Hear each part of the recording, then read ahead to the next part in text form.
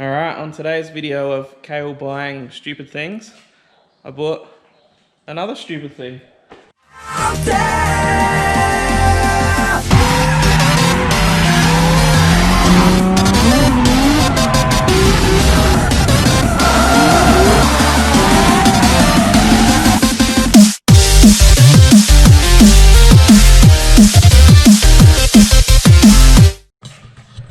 Found this 350Z, came up super cheap, so jumped on it and purchased it.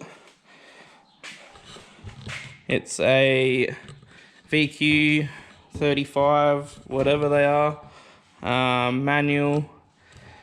It's been written off. It's a stat write-off for flood damage. But it's a perfectly running and driving car. I wouldn't say perfect, but it's a running and driving car. It's got everything there apart from all the flood stuff that's been stripped out. Haven't actually looked over it properly, so thought I'd start filming now and go over it and have a bit of a look at it. Originally, I sort of just jumped on it and bought it because it was super cheap. Whether we'd kept it as a spare practice car or whatever we did with it. But when I was first planning on putting a 2J in something, there was two chassis I was sort of toying up going with, and one of them was the 350 and then the other one was the IS200. And the IS200 obviously come up pretty cheap, and I bought that and was going to go with that, and now this has come up super cheap. Now I've got both of them. I've got to make up my mind on which one I want to actually do. So yeah, we'll have a look over this bad boy and see if we can decide which one we're going to end up building up. But if we don't build up the 350, it's good to go pretty much as it is. V35 is the same sort of setup, and all we did to that is put a handbrake in it and a lock kit, and it's a super fun car. So if it's not up to the standards for a decent build, then we'll just leave it as that and then use it as a thrash car. So let's have a look over it. Alright, let's have a look back here. What we got? Looks to be in reasonable condition. There's a bit of a crash back here by the looks. Floor pan's a bit creased up. Nothing that's not going to happen again. But bumper and that all lines up nicely, so that's good enough. Nothing else too drastic to look over in the boot. Apparently it's a stat write-off for flood damage, so we just got to make sure nothing's too overly corroded or anything like that, but I don't think that's really going to matter for a track car. We've got some Hectic BA Falcon stockies, I think they are, or Magna stockies on the back, because I had to take my own wheels to put on the back. You can shut that now if you want. It is very heavy. Came with some Hectic 19s on the front. Gonna have to keep these bad boys as steers. It's got some sort of standardish kit on it.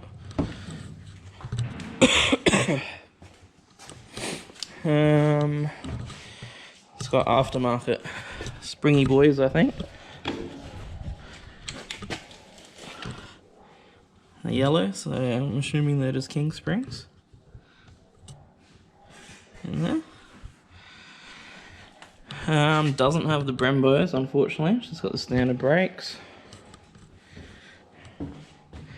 Missing the engine cover on the VQ, which makes these things look absolutely hideous. Pretty much the same as they sound. On that note, the hideous VQ note, let's start it up. Show you this exhaust that this bad boy's got.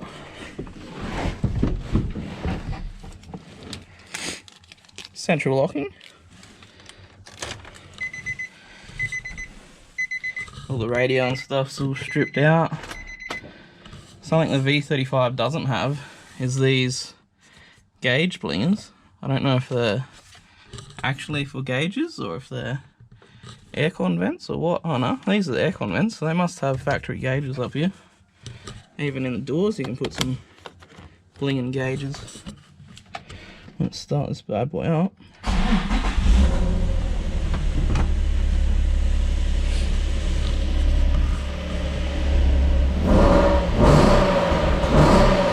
Oh, that's terrible.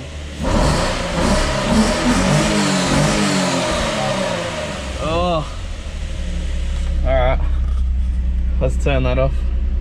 Can't deal with that. I think someone's made up an exhaust system for it out of Coke cans.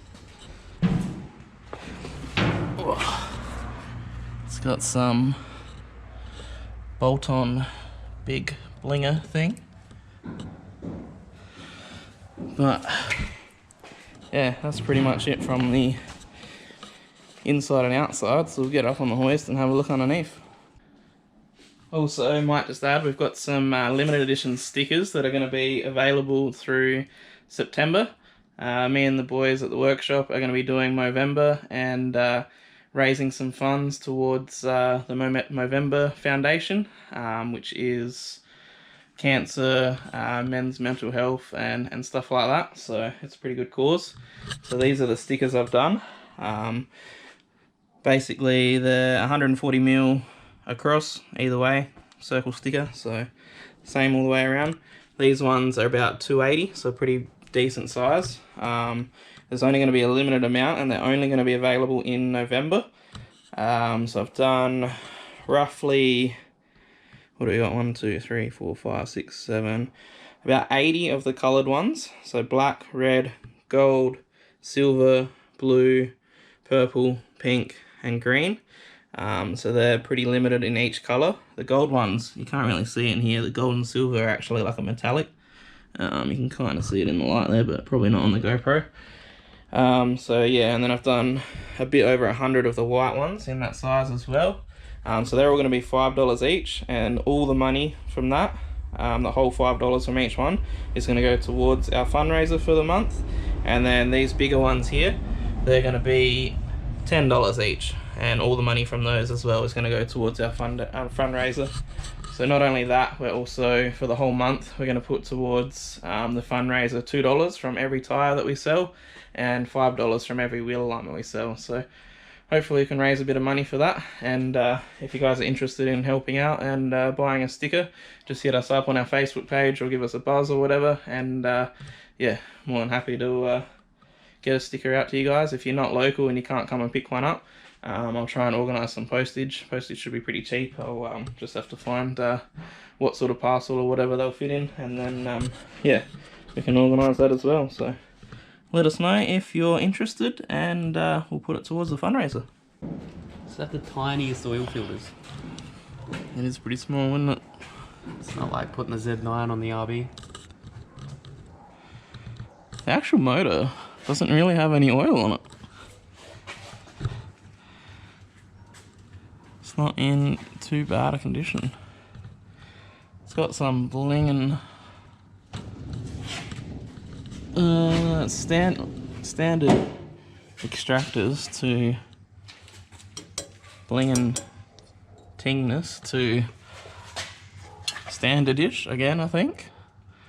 Oh, I know what these are. These are cat deletes. Because the cats are normally here, I reckon. So they've deleted the cat, gone back to standard blinger, through to some more standard blinger, and that's actually standard blinger too, I reckon. It says Nissan on it. So ugly they sound from factory. So it just sounds so shit because it doesn't have the cats or whatever's normally up here. I'd say it'd be the cat. That must muffle it a lot because that sounds absolutely terrible. Apart from that, underneath it's all pretty standard. Rails look actually pretty good. It's very dirty. Don't know how you really check for water damage to chassis rails, but It all looks alright. The main thing that's kind of wanting me to go more towards the 350 is I've driven the V35, which is exactly the same chassis, and in a stock form they're actually really good, and your diff, drive shafts, all that stuff's all nice and strong. Even got the CD box in it already, so I could get a conversion plate to run that to the JZ. So I think in terms of conversion, the 350 is going to be a lot stronger and probably easier to sort of work out. Just got to sort of measure up and see if the inline 6 will actually fit in the engine bay, because obviously these are a V6 now, so it's going to be a lot longer motor. So we'll have a bit more thorough inspection underneath, see if anything's actually damaged or anything, and then we might start measuring some stuff up and see if it's going to fit in there. So roughly from the gearbox in the standard position is about there to the front of the motor, we're looking at about 53 centimeters. So I have a feeling the 2J is going to be a lot longer than that. I'll go measure that and have a look. Alright, so from where the bell housing was brought onto to the front of the motor, we're looking at 73 centimeters. So looking about 20 centimeters longer. So whether or not the motor goes that much further forward, or we have to move the gearbox that much further back, is something we're going to have to work out. Depending on where the sump sits as well, compared to the cross member. So What if we... cross member's going to be different anyway, isn't it? well, they're both front sump, so that's good. Basically the limiting factor, unless you start notching the cross member, is going to be where the sump sits here. That's going to be how much further forward it is. Measure engine mounts to the front of the car, or front of motor.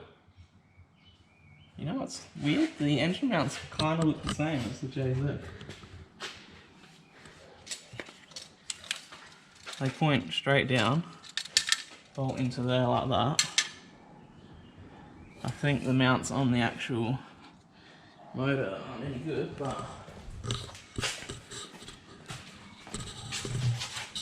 they mount the same way, straight down like that. That'd be super weird if it just bolted straight in. It's definitely not going to happen, but that would be nice, wouldn't it? Right, let's see from engine mount forward is... that's roughly centre there. We got about 40 centimeters, and then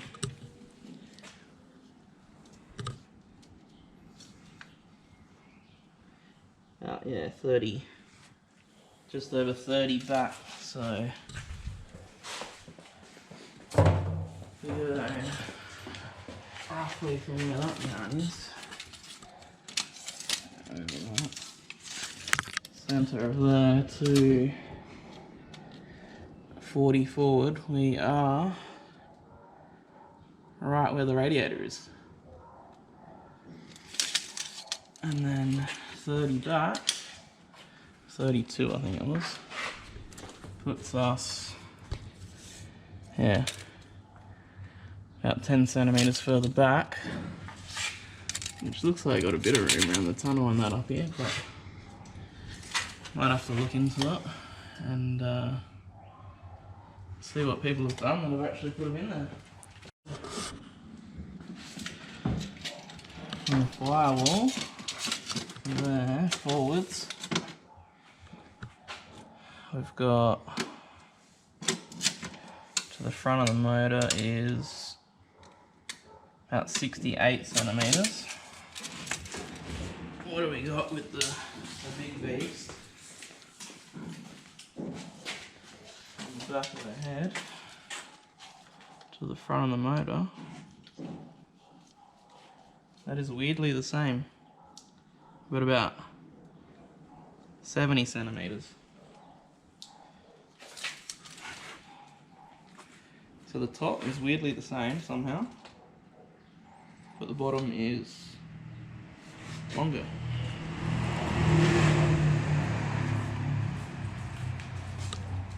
Did I measure that right? 70, yeah. That was to the firewall though, I guess, not to the back of the motor. So. And these motors are, being a V6, are a bit lower. You'd imagine. Well, people in the States have done it before, so I dare say it's going to fit. Let's measure it up. Well, not measure it up. Let's weigh it up. Let's weigh it up and see the weight difference compared to the IS200. Alright, so we're going to weigh it up and see what the difference is compared to the IS200. So before we weigh it up, you should probably guess. I have no idea how much fuel's in it. No idea what's in it.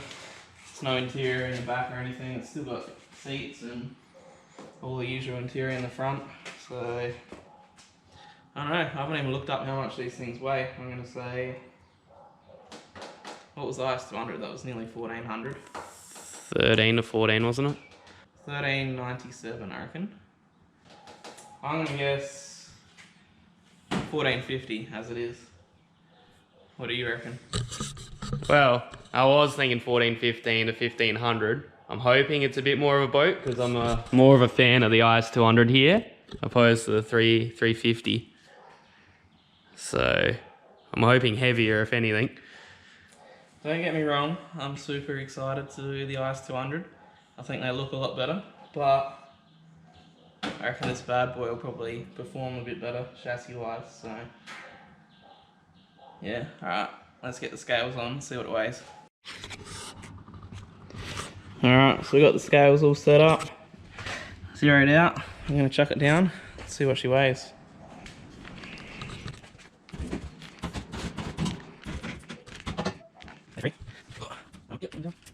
Down. Alright, what do we reckon? Whoa! We suck. Whoa! She's actually lighter than the IS, I think. I'm gonna have to check what it actually weighed, but pretty sure the IS was 1397. This is 1377. This does have a bit of stuff stripped out the back, so probably very similar weights. It's very weird because the IS200 actually looks like kind of like the size of a K70, but we measured it up and the wheelbase on it is actually bigger than an S13 or an R32. It's actually the same as my 4-door Laurel. So they're actually a really big car. They just look super small for some reason. But weight-wise, that's not too bad. When we were opening the hatch, we realized the hatch weighs almost like 1,000,000 kilos as well. So we can put a Perspex window in that to shave a bit of weight. And yeah, I don't know. Tell me what you guys think, whether you want to see me build the IS or the 350. I'm kind of leaning towards 350 now. IS would be cool, but I don't know, I can't really do both, so. IS for the win. I don't know. Let me know what one you would like to see better. Which one? And I'll have a bit of a think about it and see which one I want to do. I like the 350, but it's a complete running, driving car, so we could just take this out to the truck this weekend if we really wanted to. So it does make me a bit sad if we're going to have to pull that out. Whereas the IS200, it's a running, driving car, but it's auto and it's got a 2-litre non-RB20 crappy motor in it, so no good for drifting. But we're going to leave it there for today's video and try and make up my mind which car I want to go with, because now we have both. So let us know. Bye.